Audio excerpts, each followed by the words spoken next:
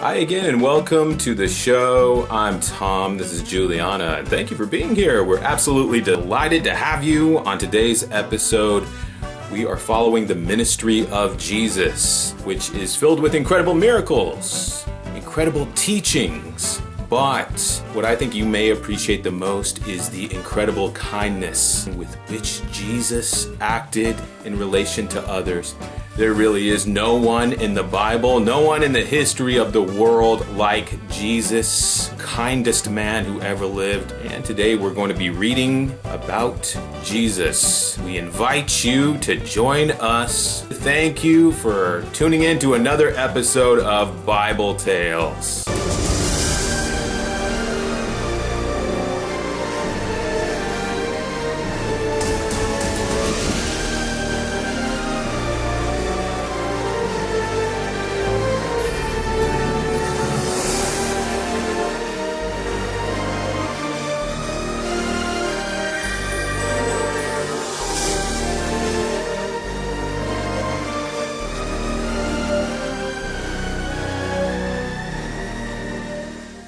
When Jesus had crossed over to the other side, a great crowd gathered about him. Then there came a ruler of the synagogues, Jairus, who fell at his feet. "My little daughter is at the point of death. Come and lay hands on her that she may live." And so Jesus went with him. While he was speaking, there came from the ruler's house some who said to Jairus, "Your daughter is dead. Why trouble the teacher any further?" But Jesus said, "Do not fear, only believe." He allowed no one to follow him except Peter, James, and John. And at the ruler's house he saw a tumultuous situation, with people weeping and wailing loudly. "Why do you weep?" Jesus said. "The child is not dead, but sleeping." They laughed at him. But he put all of them outside, took the child's parents and his disciples, and went in where the child was. She was 12 years old. Taking her by the hand, he said, "Little girl, I say to you, arise." Immediately the girl got up and walked, and all were overcome with amazement. And Jesus strictly charged them that no one should know this, and told them to give her something to eat. If you're wondering why Jesus said for them to tell no one, well, we understand later that Jesus was operating by a strict timetable according to God and the Bible. Jesus had a full understanding of this, even though the people around him at that time may not have. In retrospect, we see that the events of the New Testament unfolded accurately, timely, according to God's perfect order. With his disciples, he went away from there and came to his own country. And on the Sabbath, he taught in the synagogue. Many who heard him were astonished. "Where did this man get all this?" they said, taking offense at him. What's the part you took offense at? All the righteousness? What is the wisdom that is given to him? What mighty works are being brought by his hands? Isn't it kind of silly that Jesus was doing miracles and preaching righteousness and the people were saying, "Where did this come from?" But that's what they did. They said, "Is this not the carpenter?" Their complaint was that Jesus was not a religious leader. Their complaint is that Jesus was a regular guy, and they probably had been brainwashed by the religious types that there was a class distinction, and there was. People have different occupations in this world, but what we learned from the ministry of Jesus is that he did not call people with religious occupations. Have you ever thought about this? The 12 apostles were regular guys. Now, Jesus was very popular, and we know that the religious leaders, there's people that were priests and scribes that came that they wanted to talk to him, and they recognized that he was a great teacher. He could have recruited some of them or worked out a deal with some of them. That is not God's perfect will. God wanted regular people to be ministers alongside Jesus. You may think of yourself as just a regular person, and in a way you are, in a way that is certainly true, but if you are listening to this, if you're even considering this, it likely means that God is calling to you and that you have a calling to serve God by preaching. If you're listening to this and it is resonating with you, I really want you to consider that. Those in his homeland said, "Are not his mother and his brothers and his sisters here with us?" Well, in other words, they were saying, "Wait, I know who you are and I know where you're from, so why would I listen to you?"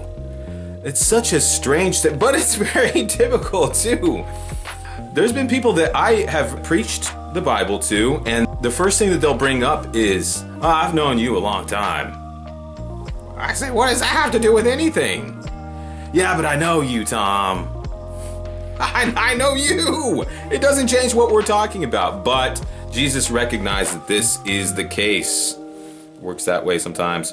"A prophet is not without honor," he said, "except in his own country," which you and I are not prophets, but the principle is still there that if you're going to minister to people from the Bible, you'll probably do better talking to strangers than people that know you. And some of that's on us, I guess, because of our imperfection. As a rebuttal for what you're saying from the Bible, as they say, "I know you."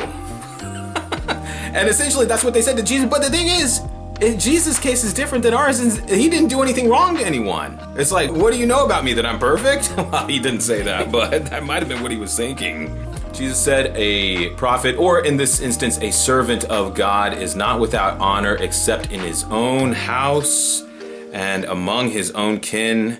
He could do no mighty work, it said there, except that he had his hands upon a few sick people and healed them.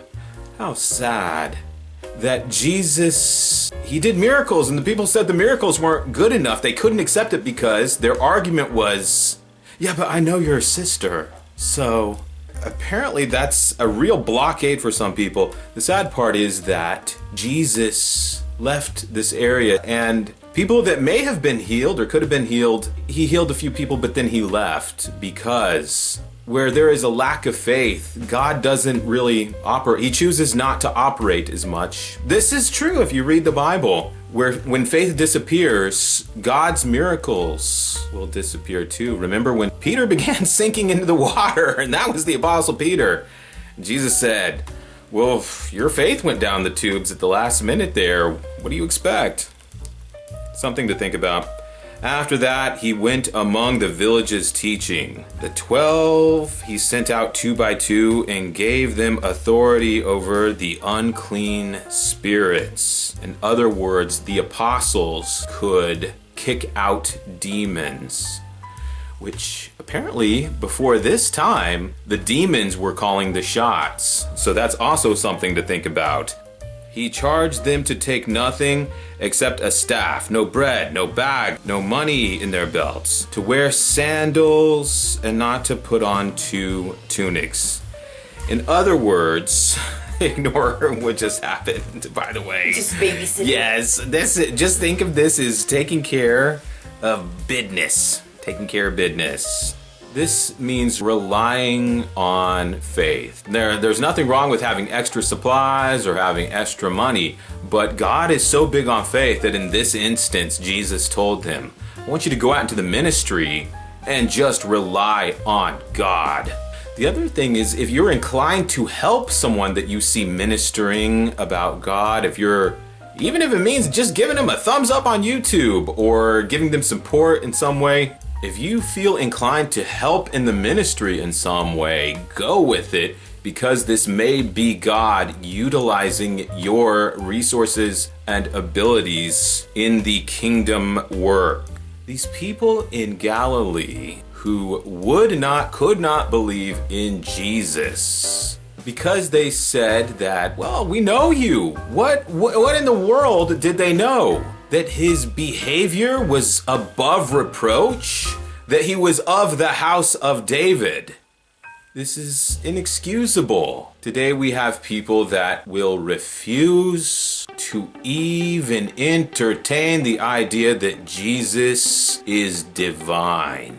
The Shroud of Turin, which in our day has been verified to not only be authentic, has been verified to be of miraculous origin. If you'd like to watch a couple of videos on the Shroud of Turin, there is nothing on earth like it. A 2,000-year-old burial cloth with a hologram of Jesus on its surface. The people who demand miracles have a miracle right in front of them and they refuse to look.